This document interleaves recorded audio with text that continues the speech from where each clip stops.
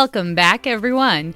It is just another day in the life as a military wife, and I have been thinking a little bit about last week's topic and the class that I'm teaching this week with Maria Strange, a fellow podcaster who's a life coach.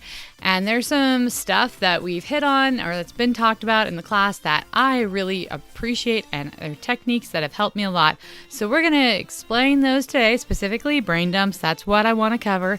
If you've never done a brain dump, we're going to learn about it today, and you'll learn how. And it is super helpful. It has made a huge difference in helping me handle pressure, and I want to share that with you because I want you to be able to handle the pressures in your life as well. So I'm your host, Sam Wolf, and you are listening to Life of a Military Wife.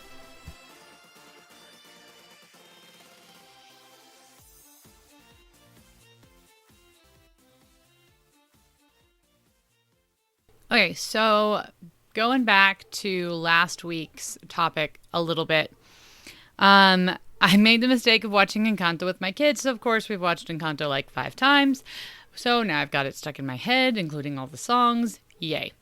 But the more I've watched it, the more I've realized that with all these different roles and stuff, there was one that I really related to, or at least it was how I perceived myself as a kid and teenager and young adult. And that was Louisa's character, the strong one, the one that was full, like pressure, that just felt like they were going to pop. Felt like they had the weight of the world on their shoulders. And that really was me. And it was no one's fault. It's just these roles develop for one reason or another. But I'm so grateful for the mentors and the help that I've had in my life to help me figure out how to relieve that pressure, how to realize that I can take breaks. Self-care is important. I don't have to feel guilty for taking care of myself. And that is what led me to today's topic. That and the class I'm teaching with Maria Strange. If you've missed that somehow, public service announcement, I, with a fellow podcaster who's a life coach, am teaching a military resiliency class that's completely free and virtual this week. We're hoping to do these again as a collab. I have absolutely enjoyed collaborating with her. She is fantastic. And it's great to have just different perspectives, but have similar backgrounds at the same time. I, of course, have got my degree in family life science, my bachelor's. She is working on her bachelor's currently, but she's a certified life coach. And we both have been Army wives for quite a while. Yes, spoiler alert, I finally just dropped what branch we belong to, but whatevs. Going back to the whole brain dump and pressure concepts. I am one of those people that will just hold things in my brain. And I think a lot of people are like this. We'll have a lot of stuff floating around in our brains that we don't even realize is there until it starts to really weigh us down. And so a brain dump is exactly what it sounds like. You basically are taking all of that loose, free-floating, stressful material and you are putting it in a written form. You are pulling it out of your brain and putting words to it and defining it so that you can analyze it and you can control it. And at least that is, yeah. So it's just dumping it all. The first step is just dumping it. Just dump it all on paper. For me, paper. Some people type them, but I like writing. I like handwriting stuff. My husband doesn't get it. He's a typer. Anyway. But so that's what a brain dump is.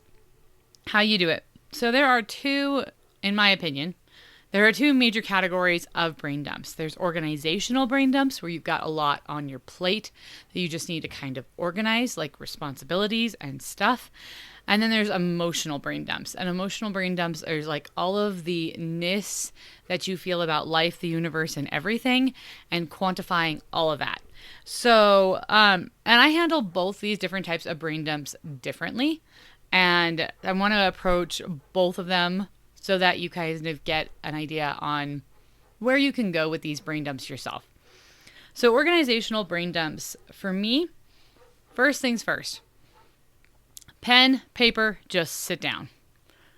And usually the question is, what do I have to get done? And I just start writing down everything I can think of that I feel like I am responsible for everything.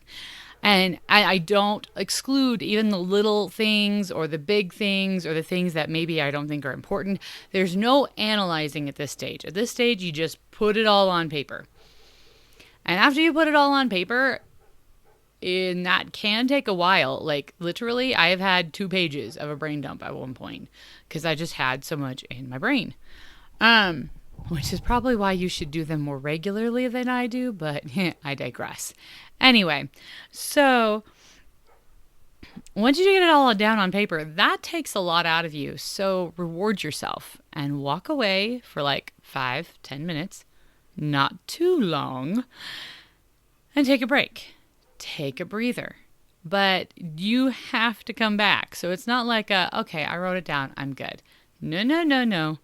That's only the first step. Second step is a break.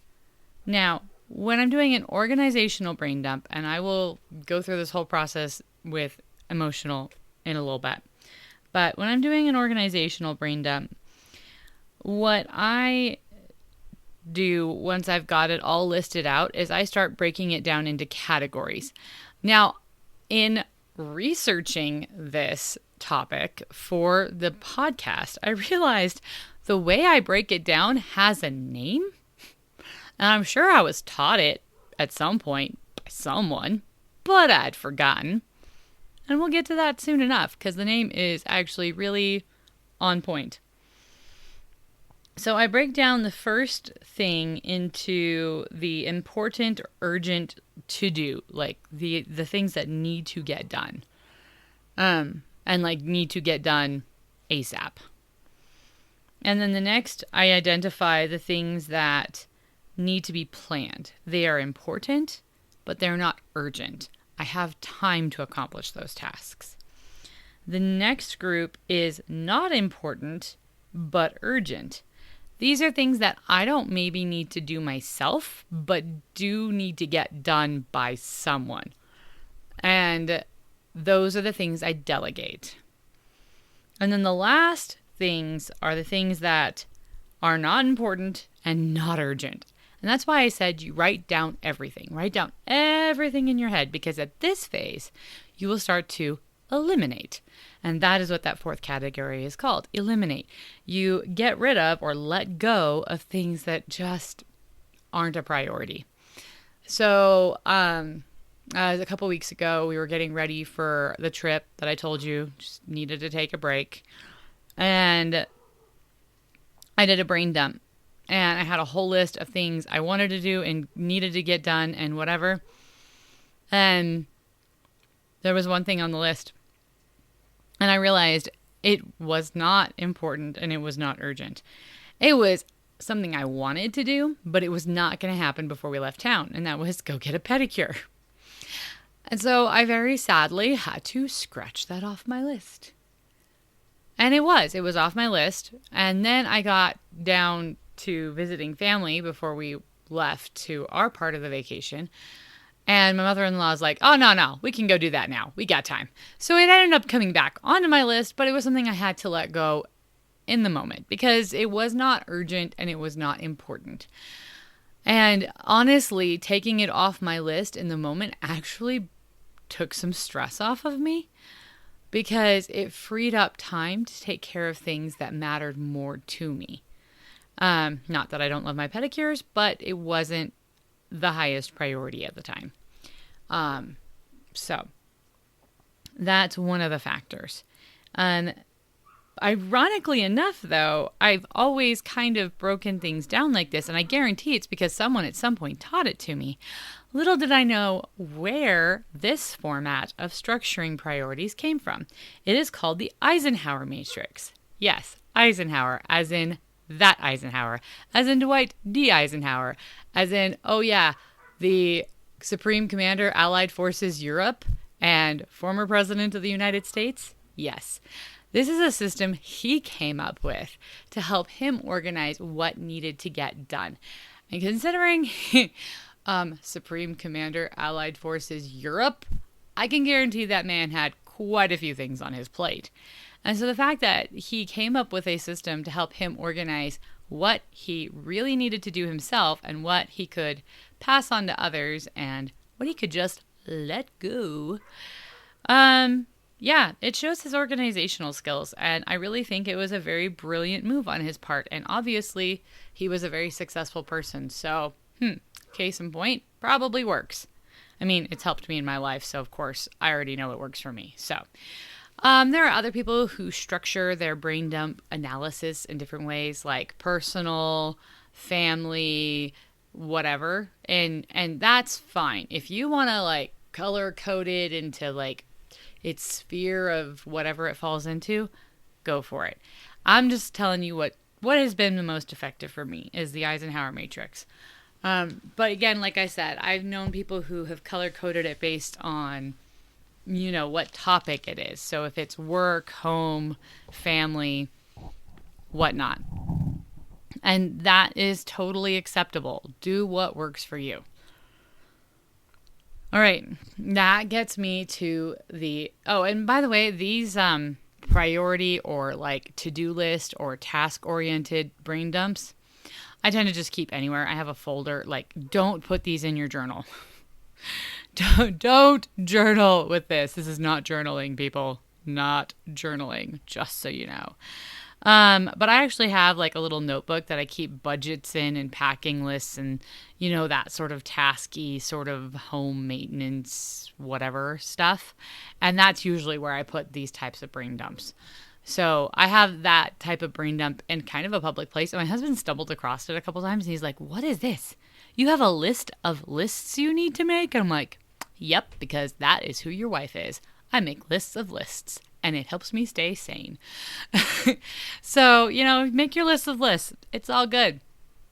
No judgment. I mean, honestly, I leave it anywhere because I don't care. But if you don't want people to see it, maybe keep it somewhere people won't see it. I don't know. That gets me into the emotional one. And the emotional, it's got a completely different approach for me. So every time I do a brain dump, I have a question I'm asking myself. For the task-oriented one, it's, what do I need to accomplish? Like, what's on my plate to do? And then with the emotional one, it's, what are my feelings about life? Like, what do I feel? And then it's no restraints. I write down whatever comes into my head.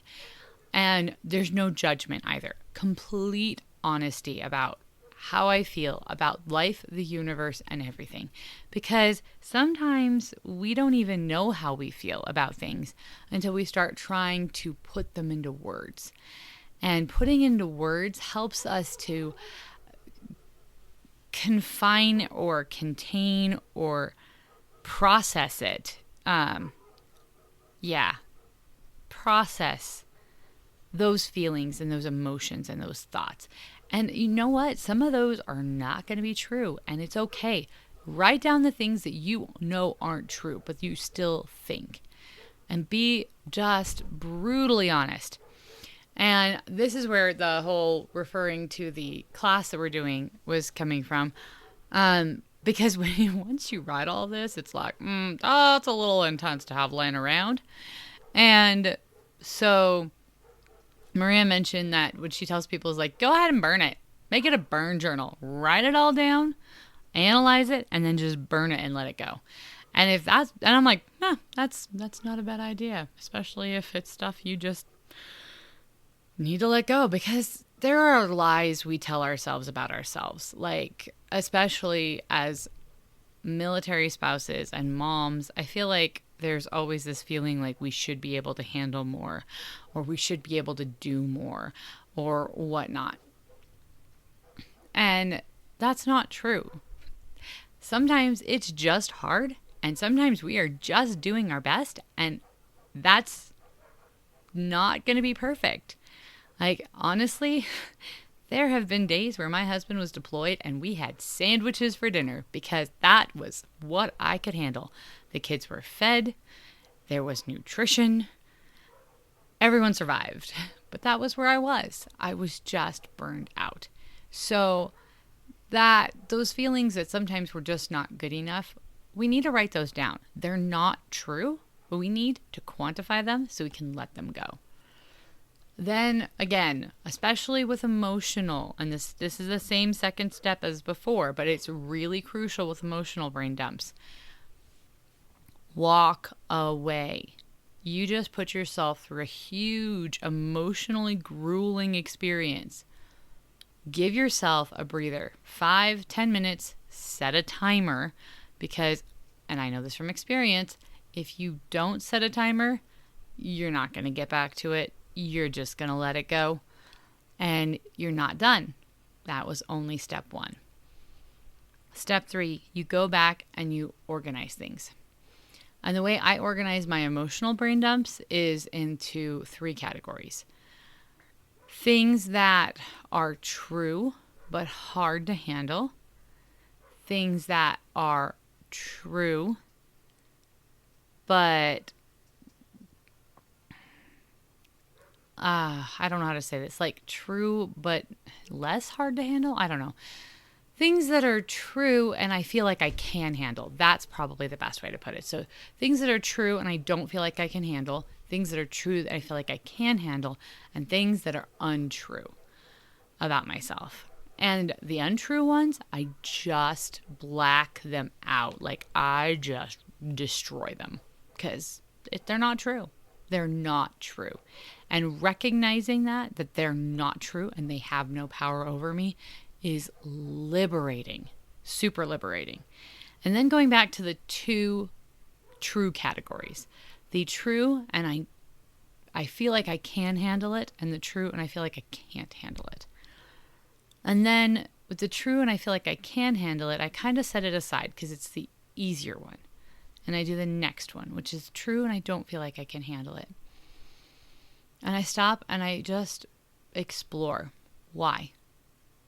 Do I feel like it's resources? Like I don't have the ability to handle this? What do if in a perfect world or in a world where I have all the answers, what would I need to be able to handle this? Maybe it's I need support. I need social emotional support. I need someone to talk to about this. Maybe I don't know where to start. And so I need to start researching for resources, finding resources. Maybe I don't know which resource is the best. Again, that might be the case of finding someone with more expertise than me that I can talk it out with. Maybe it's something that I can't fix right now. I'm not ready to fix right now. And there are going to be things emotionally in your life that you're not ready to fix. Not right away. There are things on my plate that I know hurts that I've experienced in my life that I'm like, you know what? I will get to that. But I'm not ready to get to that today. And that's okay. You don't have to do it all at once. As it says in Shrek, we have layers. Onion or parfait, whatever you want to be. We have layers. And our emotions have layers. And we deal with one layer at a time. And then you get to the stuff that it's just something you're going to have to accept that is out of your control. And there are things like that. There are going to be things in your life that you will need to find a way to come to terms with that are out of your control, because we live in a world of interconnected people, and not everything that impacts us is going to be in our sphere of influence. And it's important to recognize that and then to work through it. So the next group, the one that I say is easier, is things that are hard but I feel like I can handle. And with those ones, I try to come up with a game plan. I try to come up with I'm going to do this, or I'm going to do that. I'm going to ask this person for help. I'm going to do this resource. I'm going to just let that one go because I can handle that. It's not a big deal.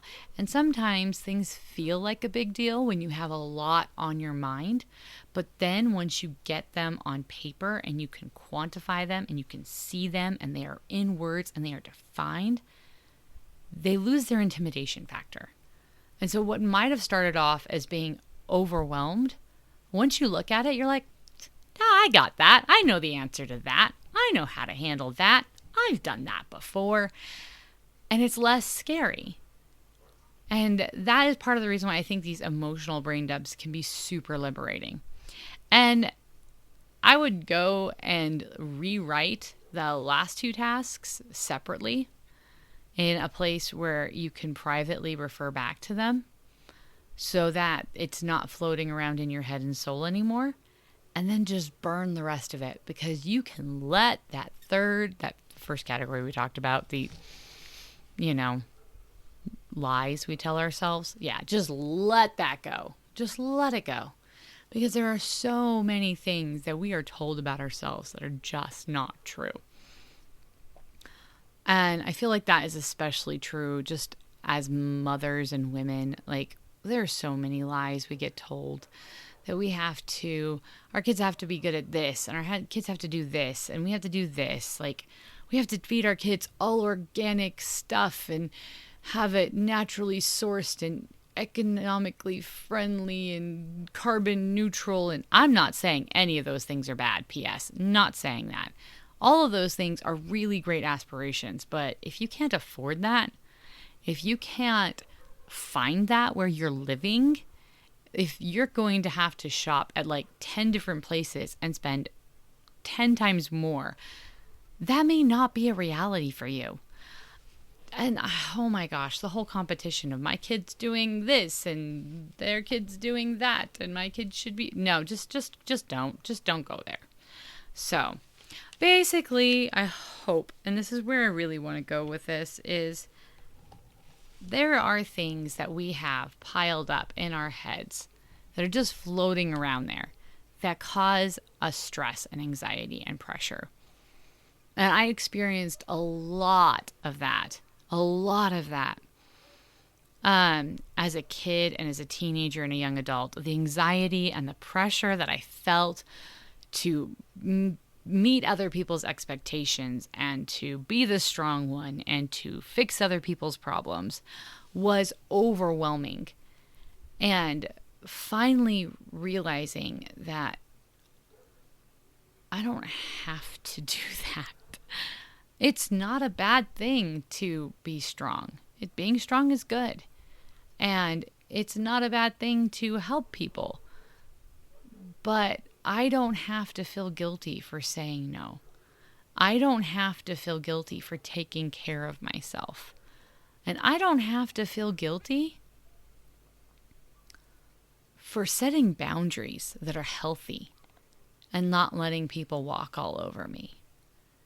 And when you're able to do that, when you're able to recognize what's really important in your life and let go of the rest and delegate even, that allows you to release some of that pressure. And then you have time for relaxation. You have time to get centered, for self-care. And then you don't have to face the burnout, which is something I still run into sometimes. I really do run into burnout because I want to do 120%. I want to be there for everyone. I want to help people. And I have to understand that it's like what they say about the on the airplanes with the masks. You have to put your mask on first and then help others.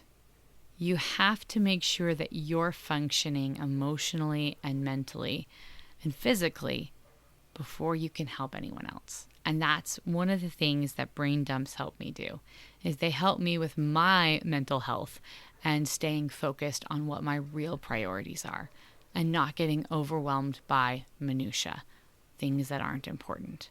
So I really just wanted to kind of share that with you. And I just really genuinely loved that little military moment of finding out that this technique that I've used for years started off with good old military man. So, hey, military fix everything, right? Right.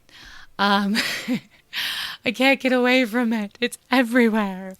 But that's okay. You know what? It's part of my life, and I'm all right with that. So, again, super excited about this week and the class, and I hope that you signed up for it and, you're getting all the resources that we're putting together. We are hoping to do this sometime further down the road, but it will probably be a while because life, the universe, everything. But anyway, that said, I am your host, Sam Wolf, and you're listening to Life of a Military Wife.